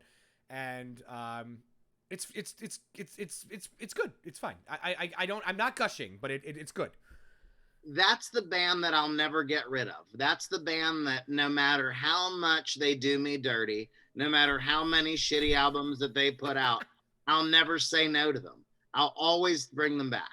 What do you think about The Girl Got Hot? What's that? What do you think about The Girl Got Hot off of Ratitude? That song. I like that song. I don't know. I'd have to listen to it again. I think that when they do like sugar core, like hurt your teeth sugary pop, sure, is that I still get down on that. So I liked the back in the shack. That song was just like, sure. Oh, so good, just like so boring, so wonderfully self-referential. Now let me ask you this question: do you ever listen to the Song Exploder podcast? No. Here's what I want you to do, and this is just a small homework assignment, buddy to buddy. I can do some homework. I'm a good student. I want you to go on to Song Exploder podcast and look up the Rivers Cuomo interview that he does for the song Summer, Elaine, and Drunk Dory, which is on the White album that they did. He talks about his song. Yeah. He talks about his songwriting method. That podcast changed the way that I write songs. Really? Hot shit. Yeah, I know that we're weird friends with the All American Rejects through weird avenues, and I know that they wrote a song for the White album, kind of a thing. Because he uses like, Oh, wow. if you look at a Wikipedia of any of those records, it's like 100 writers and 100 producers. It's weird. I don't know how I feel about it. I don't know why it makes me feel something, but it makes me feel something strange that I'm not used to. His process, how he does, every morning he wakes up and he meditates and he does these free writes, and all the free writes get put into categories based on subject and syllable and how long they are. And they all get put into these spreadsheets. So anytime Rivers wants to write a song about what it's like to be in the mountains, he clicks open a file and there's all these lyrics about the mountains. And if he needs a lyric that only has 16 syllables in it, he goes ahead and figures out a way to Frankenstein these free writes that he's compiled for years and has a way to write a song about the mountains. And they're like, well, wait, about the melody. How about the guitar chords? How does he come up with those? I knew you were going to ask that question. He's already thought about it. Rivers is already 5 steps ahead of you, Devon Kay. He figured out, he made a deal with the devil, and he has these samples. Like, say, Summer Lane and Drunk Dory was based off of a Cars riff. And what he does is he figures out how to play a melody on guitar in a Weezer style, and then puts it away in this bank so that it's not attached to the song, and then he brings it back in and puts a new melody over top of it. It blew my mind. You need to watch it, and then I need you to let me tell me how it makes you feel. I will. I'll send you a message. Me, Jacob is saying that Rivers, or in the chat, is saying that basically Rivers Cuomo sounds like a Batman villain at this point, and that's where I'm at. Where it's just like, at this point, if you throw enough of ideas into an algorithm spreadsheet, where's the authenticity anymore? It's tough for me. I want to feel like Rivers poured his heart into something, but I feel like we broke him at Pinkerton years ago, and now it's tough. It's like he's not writing for anybody else other than the selling of records, and that may be my unhot take on it. I feel like a lot of people I respect still like Weezer, so I'm wrong. I'm usually wrong. It's okay to not. I understand why people don't. But there's something about it that makes me feel excited to every time they have a new record, I'm excited to listen to it. And they're one of the only bands that the excitement of me listening to it is more pleasurable than me listening to it itself. So that's why I'm stoked about the new Weezer record. Whether I like OK Human or not, the excitement that I had build up to thinking that they could possibly do another Blue or another Pinkerton or another Maladroit style record is encouraging for me enough that I'll always go back to them. Okay, so what about live? How do you feel about it live? Do you like it live? Have you seen modern Weezer live? It blew my mind. Blew your mind? Okay. Well, we got free tickets to go see the Pixies and Weezer, and you have to listen. If you're going to have the Pixies open for you, you got to put on a show. They had the Pixies open for them? The Pixies open like for sacrilegious. Weezer. Okay, go on, yeah. And they played, the Pixies played all the hits. It was great. It was super duper fun. It was everything that you wanted it to be. They didn't talk to the crowd. But it was the best. Well, you don't like crowd talking? Is that not a thing that you I love it, but Frank Black just doesn't do it. Okay. It's just a thing that he doesn't do. So there's certain parts of it that there's mystique about it that I do like when it comes from specific people. I see. But then Weezer got up on stage. They had a killer stage setup. It was switching back between in the garage and Pinkerton. There was wardrobe changes. There was an island in the middle of the arena where Rivers wore a sailor's hat and took one of those scooters and scootered all the way around the arena, got up on the island and did like a Gilligan's Island thing and played Island in the Sun. Come on. That is some absurd ass shit. They had the Muppets. They had the Muppets for a whole album cycle. The Green Album was just Miss Piggy and the Animal and Kermit. They're cheese nugget. Oh, that's absurd. I mean, I guess they are a pop culture backbone. I remember when I got my Windows 95 compact Passario PC, Buddy Holly was preloaded on it. That was the first music video I got to like watch on my own accord whenever I wanted to, and I think it shaped kind of part of my brain of just like loving to parody dumb shit. And so I appreciate all of that. I love a lot of their tunes, but it's just so strange. There was that weird period where like Pat wasn't playing drums and they got Josh Freese. But I also like the Red Album. I think the Red Album is one of the better Weezer records. Sure. I mean, yeah. They're a confusing band. They're very confusing, and they alienate their fans. And there's something about that I love.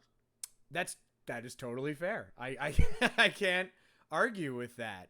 There's something about it that I love. How many Weezer records do you have on tape?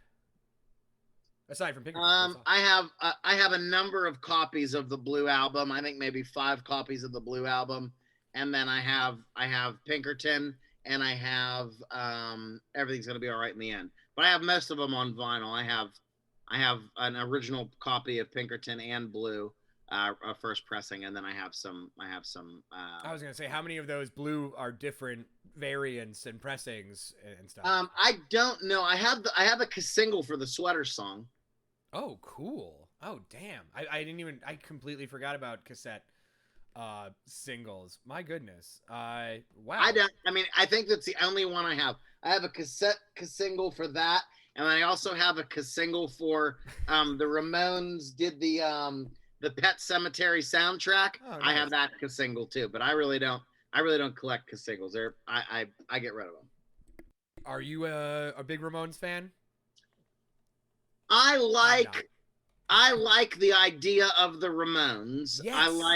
I like the idea of it. I like the image of it. I like that they did something first. I like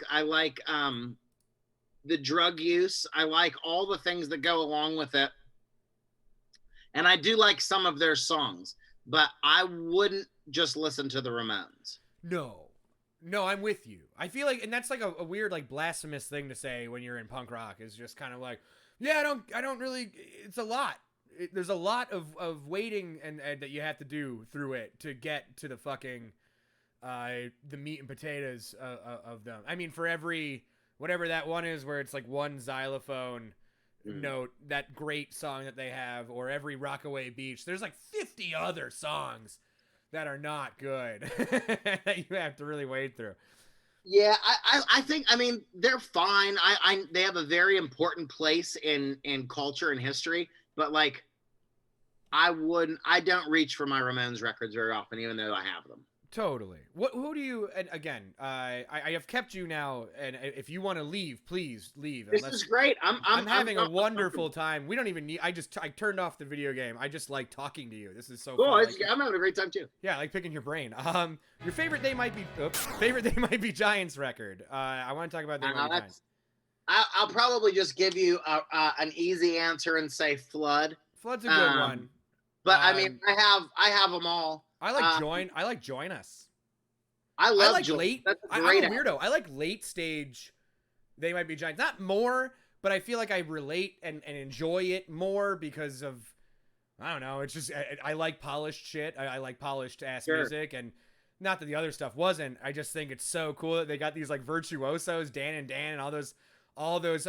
Why Won't You Die is like, it's almost like a techie song, but also this sugary pop song. I lose it for that stuff. Can't Keep Johnny Down. What an amazing tune. I love Lincoln. I love the Pink record. Apollo 18 is up there. I mean, the first 6, obviously, I love. But yeah, I like the new stuff too. I have John Henry. And are you less on the new stuff and more on the old stuff? That's okay. There's no. I think I'm just more familiar with the old stuff. Gotcha. And I have the new stuff. I own it. I like the what's it called? The Bots, something Bots. Oh, Nanobots. I love that record. Nanobots. I just got that record and I listened to it maybe twice. I think it's great. I think it's perfect. Yeah, I think it's a great record. I think John Linnell, his mind works differently. When he writes those songs, I don't know how to access what he accesses in order to write those songs as good as he does. There's this, it's a weird thing with like songwriters, that vague but prolific, if you will, where it's like, you're not saying jack shit, but it's hitting me and I don't know why. Like, I mean, I think Birdhouse in Your Soul, I feel like when I was a kid, the first time I heard it, I was like, this means something. Sure. I don't think it means jack shit when you actually read it. It's kind of a lot of but that is amazing. That's beautiful, and that's so hard to do. They totally give you the reins to make the song mean whatever you need it to mean for yourself. And that's been the uphill battle for me my entire. It's like I'm too personal. I like to just be like, I'm sad about this, but how can you make it where anyone can hear it and immediately personify with it? That is amazing. Have you seen them live before? No, I've never seen. Yeah. Do yourself a favor. Even now, it's still good. It's weird. It's wonderful. It's like the most eclectic audience I've ever been a part of. Look at them big. Now face, I heard. dog. I asked our booking agent, and I said, what are the odds of us getting on tour with They Might Be Giants? Is that even a possibility? What does that look like? And the response that I got was that they don't take support on the road anymore. I was gonna say I didn't see when I saw them. I've never seen them with an opener. Their fans would say, we would rather just have an extra hour of They Might Be Giants than listen to whatever shit you're gonna bring out to open up for them.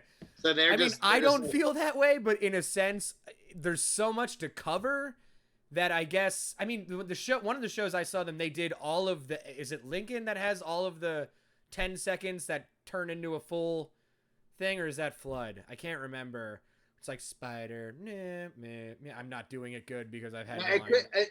I don't know what you're talking about, but it could be anything. One of their prolific records. At the end of it, there's like a bunch of tracks, especially on the CD. That's like 30 tracks, but it turns into one song. They did that. And that might be Apollo 18. Yes, it is Apollo 18, and so they did that, and that was like enough to make me go, oh, like if there was, if the Wet Bandits or whoever was playing open, I wouldn't even have bought their merch. I spent like $30 on a t-shirt and got drunk. So, I understand why you don't, bring out people when you're that band. No. But it's insane. I love that you love They Might Be Giants. I think they're the best American rock and roll band. I agree. I think there isn't a greater band that has graced us with their ability. I'm not saying this to fool you or anything like that, but the only thing close to it that I think has had a career that's that long that has played outsider type music is Weird Al Yankovic. That's totally great because Weird Al Yankovic is super important, and I don't think people give him enough credit for being so. No, he's cool for sure. No, so the drummer Direct Hit is probably the biggest Weird Al Yankovic fan, so I've gotten to listen to quite a bit. Owns the accordion vinyl set and all of. Yes, a big Weird Al fan, but also has taught me to kind of appreciate what Weird Al is, which is not a is a satirist, but also isn't. I don't know, a different level of entertainer, a different versatile level of entertainer. You've got comedy, you've got pop music, you've got accordion, I guess, you've got polka. Holy shit. Yeah. We're only 20 minutes in and you've given us so much. What an amazing thing. It's and there's wild. So much joy in it too, like childish, true, unabashed, just joy. And when I listen to those songs, and they're singing about, all that silly stuff, it does make you forget about what it's like to be serious for a while. And I think that's a great service to offer to humanity. I watched this and I completely agree. God damn it. Is it Narwhal? Who the fuck is it? Nardwar. I love Nardwar. He has a Twitch that he does every 2 times a week. And he talks and then he does old clips. And this week he did the Weird Al one. That was one of the most amazing interviews I've ever seen. 2 ultimate hams hamming it up in the ham land of ham, and they were just destroying it. It was so... He never got upset. I think that was what's cool. You see a lot of people who get upset in bad interviews or et cetera, et cetera. Weird Al just doesn't do that. He just keeps going, and it says yes, and says... Cool and is guy. Thankful, and that is, I feel like, what everybody needs to be. It's a look at what a rock star should be. I feel like is Weird Al at this point. It's unrivaled. He's an unrivaled. And he never breaks character. That's the thing that I love about it too. It's the same.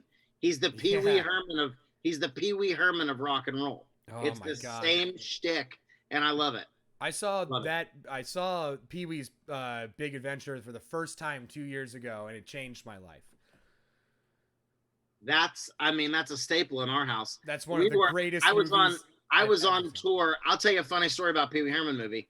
Yes. I was on tour with Endless Mike and the Beagle Club, and we were playing in New Jersey at the practice space of some big fancy metal band.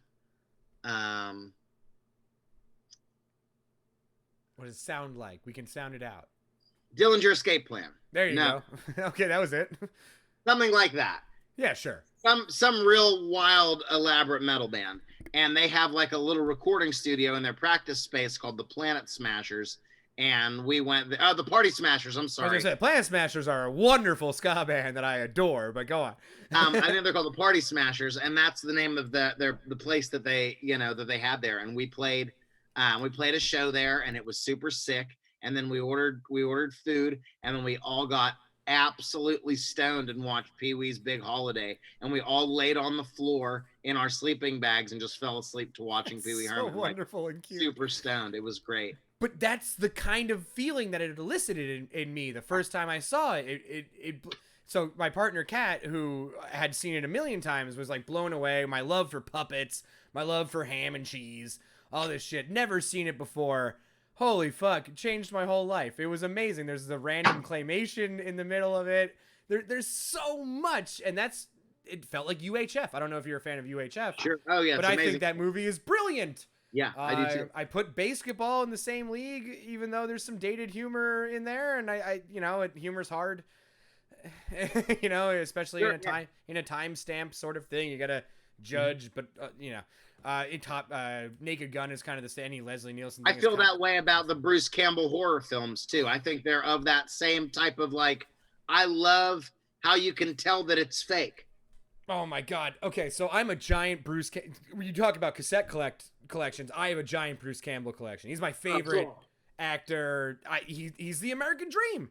He was a security guard whose movie didn't take off until 3 years after it came out, kind of a thing. It's one of those, I don't know, one of those true, and he's always been humble. I've run across him, and I don't know. Bruce Campbell is a god to me. So those movies are so important in my head. Evil Dead was like a bunch of people taping it together and figuring it out. What an important aspect of making art. Like you got to teach that to people. It's tough. A lot of people think it has to be done one way. It's absolutely false. You can do it whatever way works to get it done. And I learned that from Bruce Campbell. So enough of that. What's your favorite Bruce Campbell flick? I like Evil Dead. The first one? I like it on the second one too. I think the first one is much better. I think the second one is the worst one, to be honest. Which is the one where they run over all the heads with the lawnmower? The lawnmower, that's the second one. The first one is really rooted in like this weird, low budget reality of like, it's haunting because it's so cheap. There's like a scene where there's just like, I don't know how else to put it. What's the movie where they're eating like the pudding or the porridge and there's like body parts in it and there's like blood running into the dinner food? I don't remember.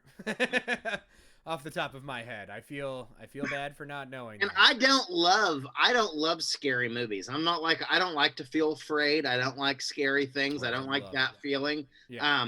But there are certain ones that I like. I do like the Bruce Campbell movies, and I like The Shining. Believe it or not, I've never seen The Shining. It's fucked up. It's not something. It's not something to take lightly. But it is an amazing. It's probably one of my favorite movies, to be honest with you. Just shot just brilliantly, and it does make you afraid. I like being afraid. I don't know. I'm a weirdo. I'm always afraid, so being afraid just feels entertaining at this point. But holy shit, I'm afraid enough, just like on my own, with just like the regular, It's one of those things where I'm just so used to it at this point where now I guess it's entertainment to just be scared. I'm always scared. Holy shit. Honestly, this has been such a wonderful conversation with you. Thanks, Devon. I had a good time too, buddy. I really hope that we get to meet one day in person. Have we met in person? Have we ever crossed paths? I don't think so. I think this is our first friendly interaction outside of just chit-chatting on the internet. Yeah, absolutely. What's coming up for the homeless guy? I mean, I know that we're in a fucking fucked up situation, but any plans? I know you just released a new single with some friends, right? Is that how that one went? Tell me about that.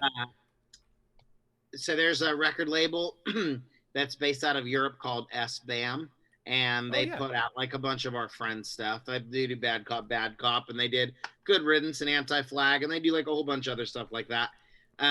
They have a subsidiary label called Awkward Aardvark, which is a benefit label where they'll do they'll take an original song and they'll pair you up with another band and they'll do like a split 7-inch and they'll take all the money and they'll give it to a charity of y'all's choosing or whatever. Very cool. And I asked if it would be possible for us to do a 10-inch and if they'd let me pick the bands, and they said yes. And I was like, oh, that's so tight. I've always wanted to do. There's something special about a 10-inch. I don't know what it is, because no one does it. The first time, part of it that I've never put out anything on a 10-inch album before, and it was like super cool to do it.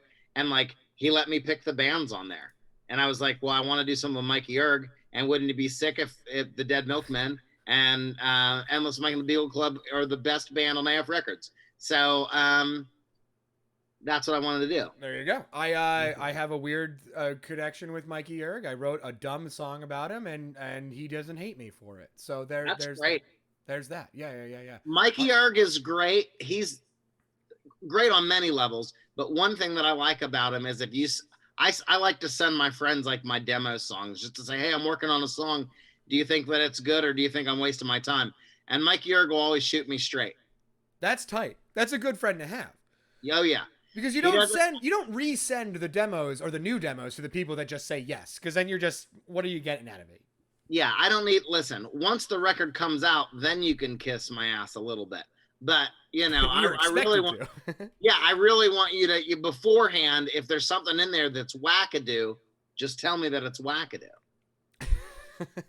I know, and trust me, if you ever have a demo you want to send, I'm pretty brutal. It's okay. I love it. I may not be the most educated about it, but I'm pretty brutal when it comes to it. We've been going for almost 2 hours. I'm gonna let you go. It must be midnight by you. Is that correct? It's 11:43. Oh my gosh. What are you doing tomorrow? What do you got going on? I'm gonna wake up early. I'm gonna take my dog to the dog park. Is what I'm gonna do tomorrow. The dog you would not let us see. Go on. She's in the middle of a mood. I'll send you pictures. You can follow Winnie on Instagram at Ms. Winnie Cooper on Instagram. It's the Chocolate Lab. And she'll accept your friendship and she'll accept any PayPal donations for the Pamper Park. That is so fucking awesome. I'm glad that you like your pet as much as I do. I have many accounts about mine, so don't worry. It's my partner's the one who set it up. And I remember coming home one time and Winnie Cooper having an Instagram page and my friends were liking it and commenting on it. I was like, y'all never comment shit on my posts. I think about funny stuff to say all day long and I post it and y'all never say nothing. And now my dog's going to, has a bow on their head and now all of a sudden, y'all are chit chatty on the internet. I mean, look, I'm the fucking social media person in my household. My partner has this cat, and when I met her, well, her name's Cat, and the cat's name is Ramses. He's one of the things that I don't know if you've noticed, but there's these emotes that will burst onto the screen every once in a while. Yes. That's when people are putting in the chat. One of them is my cat. There they are right now. Oh, cool. Yeah, so that's Ramses. I'm obsessed with that thing. I never had a cat before until I met Ramses, and now I don't know if I'll ever have a dog again. I used to be a dog person. I had a Shiba. Unfortunately, they're no longer with us, but I don't know. Cats are incredible. So the social media thing with a pet makes perfect sense because they're people to me. They have more personality than I do at this goddamn point. And I'm a hollow shell of a man, and Ramses has stuff to say. Yeah, at this point. And the comfort that you get when you're really low can only be given by an animal that wants nothing in return other than your love. The existential crisis. There's something so shallow about my humanity that only can be filled with the empty love of an animal that can't even express their feelings to me. It's perfect. But that is I think that's the wrong way to look at it. I think that they are so much more in tune with us than we're gonna let us Maybe. believe that they will come over when we're sad, and they'll also fuck off when they don't want to have anything to do with us, kind of a thing. I don't know. I think that the whole animal thing is important. I'm a big ol' softy for animals. I have a fish. I have a beta fish for over 2 years now. I think that my mom has a porch cat. She's been feeding the porch cat. She even bought the porch cat a little one of those insulated igloos for the front porch. I mean, we live in Pittsburgh, so I mean, so my mom's been putting the porch kitty won't let my mom touch. I mean, my mom's been feeding this cat every day for 4 years, and but the cat won't let my mom close to it. And that's kind of sick. That there's like this weird, cool shit about that. I feel like, I don't know. Cats are there's duty. She feels this great duty and responsibility to provide for this cat, and like every day without fail, my mom's out there putting food out and making sure the cat is thankful, but the cat just doesn't. I don't know. Maybe I'm getting a little too wacky with my. No, I just think it's because my mom has a cat. She has the inside cat, and then she has the porch kitty. Oh, and I bet they clash through the window, and there's nothing funnier. I don't know. It's fantastic. Oh my gosh. Okay. Look, we've hit an hour and 58. Is there anything else you want to say? It's not going to be the fastest ending, because in Twitch, when it's over, we look for somebody else who was on, and we dump our viewership on them to, I don't know, help get some more people exposure. Twitch is a really fun and communal place. So let me ask: are you feeling a puppet show, or are you feeling there's this wonderful guy who makes video games who streams late night talk shows? Which one are you feeling? Are you feeling the guy who makes video game or the puppet show? Puppet show. All right, so we're gonna dump it off to Ben Monster TV, who is a wonderful channel that I follow. Anything else you want to say, Derek? Anything else you want to add to the world? I can't thank you enough for doing this. It was nice to just chit chat with you. It was just nice to catch up. Yeah, it feels good to talk to another musician. Jesus Christ, this is my Wednesday night show, is what I always say. Love it. It's a weeknight. We get to hang out, we get to drink, and then we get to just fuck off, and that's something. You're gonna have to have me back. You're gonna have to have me back, and we're gonna have to do a whole new series of questions. I think we can do I think what I'm gonna get you to do is play some sort of video game. I'm gonna get you. If we can figure out a Blockbuster or a Tetris or a Centipede. Okay. I'm gonna think of it, and we're gonna make it work. Everybody, I'm gonna dump you off to Ben Monster TV. Say goodbye to Derek. Thank you for hanging out. You are amazing. I love you. Goodbye. Thanks, buddy. I love you too. Thanks for having me.